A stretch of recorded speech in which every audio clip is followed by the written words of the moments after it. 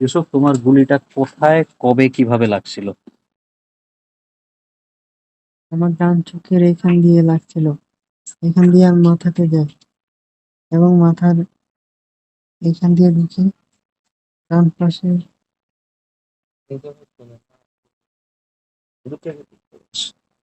অসুবিধা নাই, তুমি বলতে থাকো। আমার কোন ডান স্থানে চোখে কোন স্থানে বাড্ডাতে। বাড্ডাতে? হুম, আচ্ছা, তোমার বাসা কোথায়? হ্যাঁ, আমার বাসা বাড্ডাতে। বাড্ডাতে। আসসালামু আলাইকুম। আজকে আসছি ইউসুফ নবীকে দেখার জন্য। আমি রাইসুল এবং অনেক। ইউসুফ নবীর গুলি লাগে 19শে জুলাই, চোখের এখান থেকে গিয়ে মাথা দিয়ে বের হয়ে যায়। এই যে মাথাটা অর্ধেক হয়েছে আছে দেখতে পাচ্ছেন, এটি ওই অপারেশনেরই ফলাফল। ইউসুফ নবী একজন স্টুডেন্ট, সে বাড্ডা এরিয়াতে আহত হয়। তার এই অবস্থানটা তার মুখে শুনবো আমরা, আর রাইসুল তাকে কিছু প্রশ্ন করবে। ক্যামেরাটা ওর কাছে নিয়ে আসো। আচ্ছা ভাই, তোমার গুলিটা কোথায়? কোথায় তুমি গুলিবিদ্ধ হও, কোন স্থানে? বাড্ডাতে। বাড্ডাতে? তুমি কি বাড্ডাতেই থাকো? বাড্ডারই বাসিন্দা? আচ্ছা, এটা কয় তারিখে তোমার গুলিটা লাগে? 19শে জুলাই। 19শে জুলাই। আচ্ছা, যখন ব্ল্যাক আউট চলছিল, ইন্টারনেট ব্ল্যাক আউট। আচ্ছা, তুমি এমনিতে স্টুডেন্ট, আর কোনো জব টব করতে না?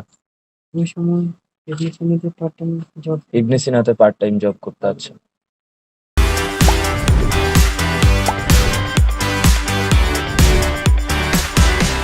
আচ্ছা, এখন তোমার আর্থিকভাবে কি অবস্থা? আমার এখন তো চাকরিও নেই, কিছু নেই।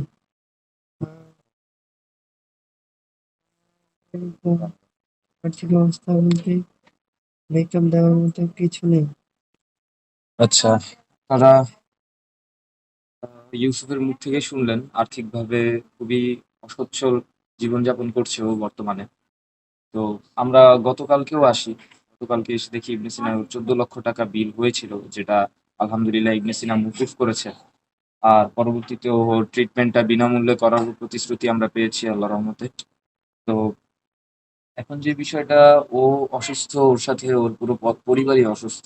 ওর বড় ভাই আহ যেহেতু ওর সাথে সময় দিচ্ছে, ওর বড় ভাইয়েরও কোনো ইনকাম সোর্স, এখন সব ধরনের ইনকাম সোর্স বন্ধ।